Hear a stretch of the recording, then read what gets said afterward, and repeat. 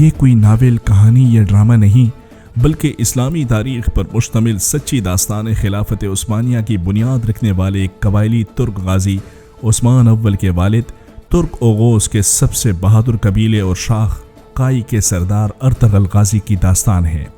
انہیں عام طور پر غازی کے لقب سے جانا جاتا ہے۔ جی ہاں ناظرین، اس ایک شخص نے اپنی بہادری، دلیری اور جانفشانی سے عیسائیوں، یہودیوں، چنگیزیوں بلکہ پوری دنیا کے سب سے سپر ترین طاقتوں کو ہلا کر رکھ دیا۔ جہاں یہ چاہتا تو فتح اس کا مقدر بن جاتی۔ ناظرین، یہ اتنا بہادر تھا کہ تنِ تنہا عیسائیوں کے قلعے سے 1000 لوگوں کو واصل جہنم کر واپس اپنے قبیلے پہنچا۔ یہ کفار کے دلوں پر موت کی وحشت بنا رہتا تھا، مگر رہتی دنیا تک وہ اس غازی کا بال بھی باقا نہ کر سکے۔ ناظرین، قبل اس کے ہم اس بہادر کی زندگی کی مزید روشن کندیلوں کو آپ کی خدمت میں پیش کریں، آپ ہمارے چینل کو سبسکرائب کر لیجئے اور بیل آئیکن کے بٹن کو دبا لیجئے اور اس ویڈیو کو شیئر کرنا اور لائک کرنا مت بھولیں۔ ترک بہادر سردار سلیمان شاہ کے ہاں 1191 عیسوی میں پیدا ہونے والے ارطغرل غازی، جس کی خلافت کی بنیاد پر تقریباً 600 سال تک ترکوں کی تلواروں نے امت مسلمہ کا دفاع کیا، اہم اور بنیادی کردار حضرت ابن العربی اور سفید داڑھی والے سلجوقی سلطنت کے بزرگ علماء کا تھا، جن کا مقصد پوری دنیا میں صرف اور صرف نظام الہی کا قیام اور نفاذ تھا، عدل و انصاف کا نظام قائم کرنا تھا، جنہوں نے جہاد کے لیے ترک اغوث خان کے خاندان کے 12 قبیلے سے ایماندار اور بہادر سرداروں پر مشتمل ایک گروپ بنا دیا تھا۔ ارطغرل غازی جو نوجوانی میں ہی وحشی منگولوں کے خلاف لڑ رہا تھا، جبکہ اصل شروعات سلجوقی سلطان علاء الدین کی بھتیجی حلیمہ سلطان کو صلیبیوں کے چنگل سے آزاد کر کے باقاعدہ میدان جنگ میں اتر چکا تھا، جس کے بعد ان کے والد سردار شاہ سلمان نے انہیں حلب کے ایوبی سلطنت کے امیر عبدالعزیز کے پاس ایلچی بنا کر بھیجا، جو صلیبیوں کے ہاتھوں یرغمال بن چکا تھا، اور ان سے صلیبیوں کو روکنے کے بدلے قبیلے کو آباد کرنے کے لیے زمین کا مطالبہ کیا۔ ارطغرل غازی زمین لینے اور حلب میں صلیبیوں کا گیم بگاڑنے میں کامیاب ہو چکا تھا۔ اس کے بعد اس نے اپنے والد شاہ سلمان کی سربراہی میں عیسائیوں کے کلیسا پر حملہ کیا، جس میں شیطان استاذ پیتروچو کو قتل کر دیا۔ بھاگنے میں کامیاب ہونے والے صلیبی کمانڈر تیتوش پر بھی حملہ کیا اور اسے بھی واصل جہنم کر لیا۔ سلطان علاء الدین کی بھتیجی، جس کو صلیبیوں سے آزاد کر کے لایا تھا، اس نے ان سے شادی کر لی۔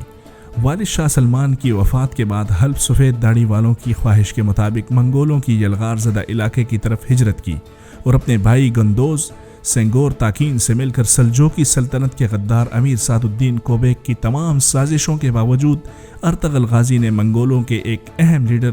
نویان کو شکست دی۔ اوکتائی خان چنگیز خان کا رائٹ ہینڈ تھا اور نویان منگول بادشاہ اوکتائی خان کا بیٹا تھا، اور اس اوکتائی کا بیٹا ہلاکو خان تھا جس نے بغداد روندا تھا۔ اس کے بعد ارطغرل غازی نے ایک بار پھر سفید داڑھی والوں کی رضا پر مغربی بازنطینی سرحدوں پر ہجرت کی، مگر ان کے بھائیوں نے انکار کر دیا۔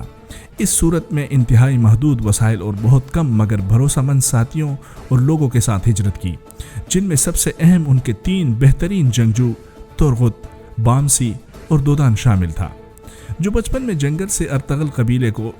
ملے تھے، اور ان کی پرورش ان کے والدین نے اپنے بچوں کے ساتھ کی تھی جب وحشی منگولوں نے ان کے والدین اور قبیلے کو قتل کر دیا تھا۔ یہ ارطغرل کے بھائیوں سے بڑھ کر تھے۔ ان کے علاوہ سردار حکیم ارتک اور سپاہیوں میں عبد الرحمن سامسا، دومر المالک، کینگوت قابل ذکر تھے۔ ہجرت کرنے والوں میں والدہ حائمہ اماں، چھوٹا بھائی دوندان اور ان کی بیوی حلیمہ سلطان شیرخوار بیٹا گندوز شامل تھا، اور حلیمہ سلطان کا بھائی شہیر شامل تھا، جن کو راستے میں امیر سعد الدین کوبیک نے شہید کر دیا۔ مغربی سرحد پر کئی سال غربت اور تنگ دستی کا سامنا کیا، مگر پہلی فتح انہوں نے صلیبی قبضے میں موجود حائلی بازار کی صورت میں حاصل کی۔ وہاں زبردست اسلامی اور منصفانہ نظام قائم کیا، جس سے مسلمان اور غیر مسلمان دونوں خوش تھے۔ سلطان علاء الدین نے ارطغرل غازی کو مغربی سرحد پر اپنا سردار اعلیٰ بنایا اور وہاں کے ریاستی امور ان کے سپرد کیے۔ امیر سعد الدین نے ان کے خلاف سازشیں جاری رکھیں، انہوں نے فتوحات کو سست کرنے ضرور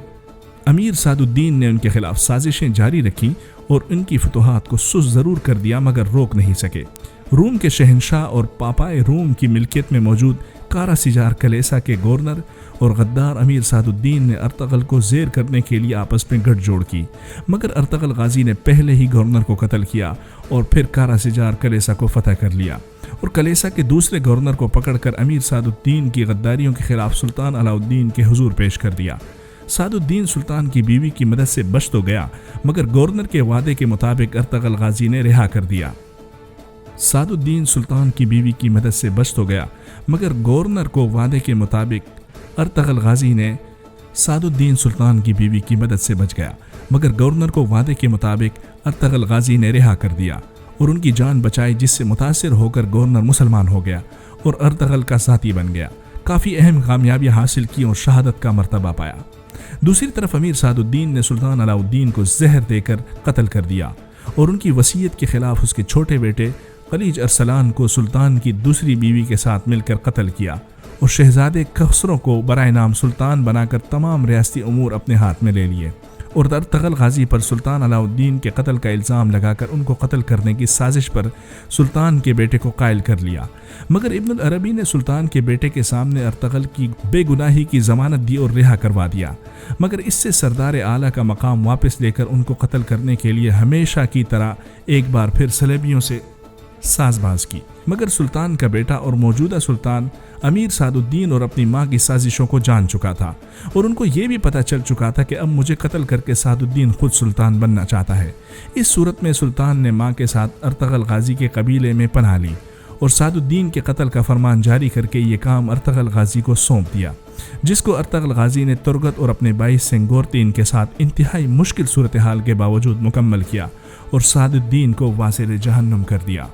یہ پہلا غدار نہیں تھا، اس سے پہلے مختلف قبیلے کے بہت سے غداروں کو جہنم حاصل کر چکا تھا۔ سردار اعلیٰ کا مقام دوبارہ حاصل اس نے کر دیا۔ حلیم سلطان سے 3 بیٹے گندوز، ساوجہ اور عثمان اول پیدا ہوئے۔ سلجوقی سلطنت اور ریاست منگولوں کے نرغے میں تھی اور آخری سانسیں لے رہی تھی۔ اس صورت امن معاہدے کے لیے سلطان نے ارطغرل کو ایجنٹ بنا کر چنگیز خان کے بیٹے اور جانشین اوکتائی خان کے پاس بھیجا۔ اوکتائی خان ان کی بہادری سے متاثر ہو کر ان کو پہلے اپنا کمانڈر اور بعد میں سلجوقی سلطان بنانے کی پیشکش کی